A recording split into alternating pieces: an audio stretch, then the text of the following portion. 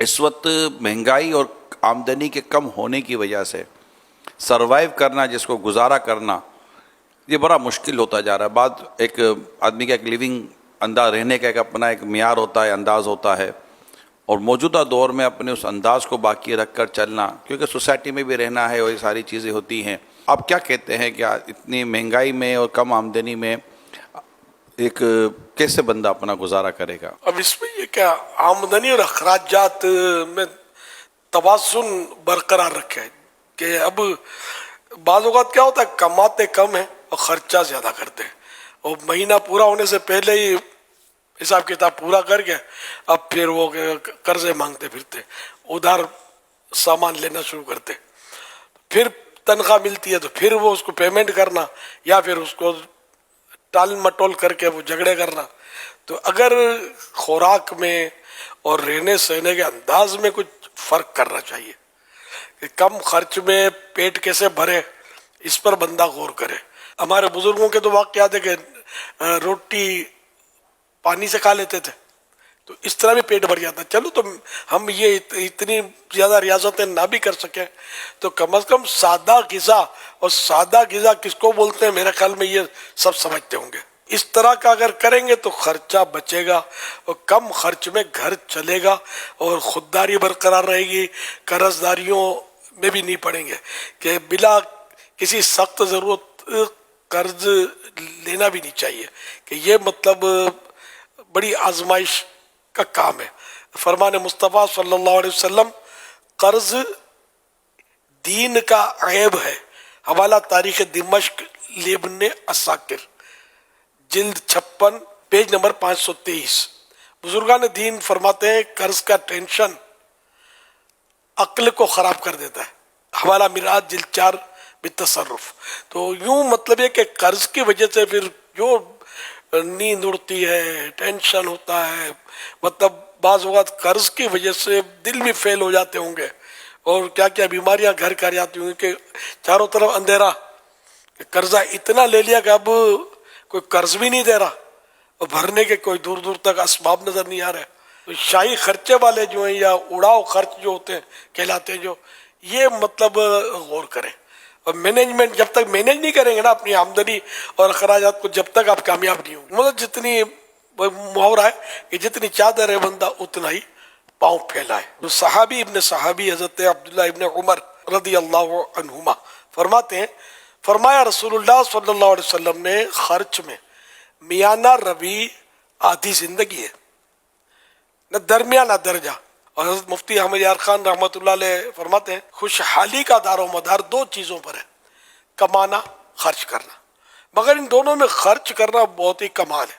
کمانا سب جانتے ہیں، خرچ کرنا کوئی کوئی جانتا ہے. جسے خرچ کرنے کا سلیقہ آ گیا وہ انشاءاللہ ہمیشہ خوش رہے گا. کمانا آتا ہے لیکن خرچ کرنا نہیں آتا.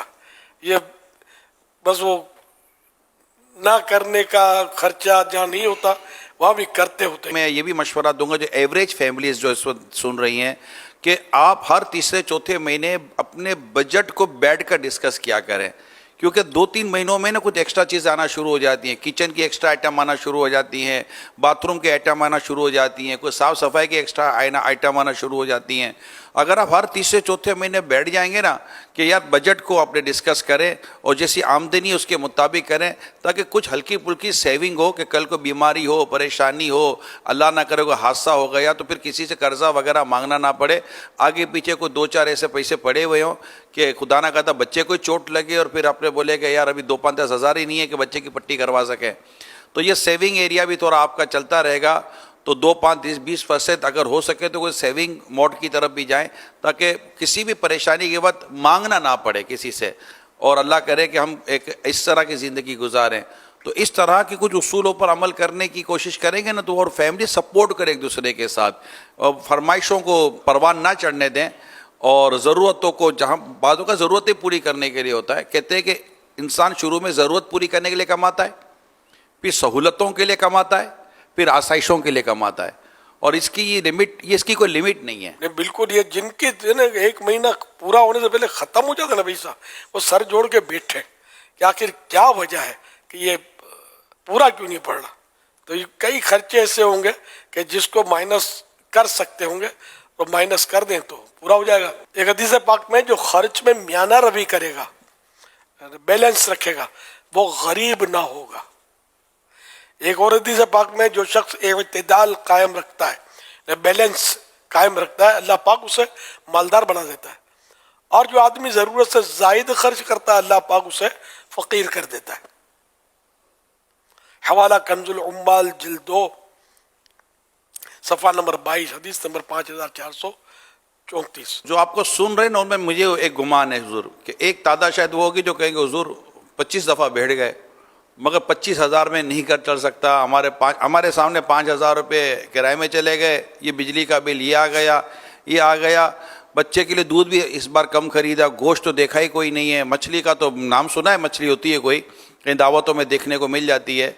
تو حضور ایسے جو بیچاری فیملیز ہیں اور ہیں ایسی فیملیز کے جو بالکل کر کسر سے چلتے ہیں اور وہ نہیں ان کو بچتا، تو میری آپ سے درخواست ہے کہ ان کے لیے صبر کی، شکر کی، قناعت کی اور برکت کی دعا کرتے حضور. اللہ پاک ان سب کو تو صبر عطا فرمائے، برکت دے کہ اگر صبر کریں گے فقیر صابر، یہ فقیر کہلائیں گے، غریب مسکین جن کو پورا نہیں ہوتا. فقیر صابر کے فضائل پھر اپنے مالداروں سے، یہ فقیر جو ہیں یہ جنت میں 500 سال پہلے داخل ہو جائیں گے.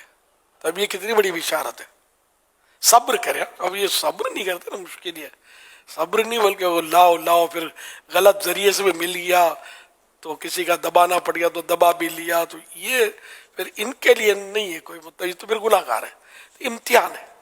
ہمارے اکابرین نے، ہمارے بزرگوں نے ضرورتاً واقع بھی تو کیے ہیں، بغیر کھائے پیے بھی تو گزارے ہیں نا وقت، کم کھایا بچا کر وہ جو بچ گیا روکھا سوکھا گزارا کر لیا اور زندگی گزر گیا. ہم کو اچھا کھانا چاہیے، پھر جو بچ گیا وہ دوسرے دن نہیں چلے گا، بس ہی ہے، ابھی اس کو پھینک دیا. ایک تعداد ہے جو مشکل یہ ہے کہ گھر میں جو بچتا ہے کھانا، اس پہ بھی میں نے کہ بہت کچھ پھینکا بھی جا رہا ہے. یہ بھی ایک بے برکتی کی ظاہر ہے کہ صورت تو سامنے ہی ہمارے.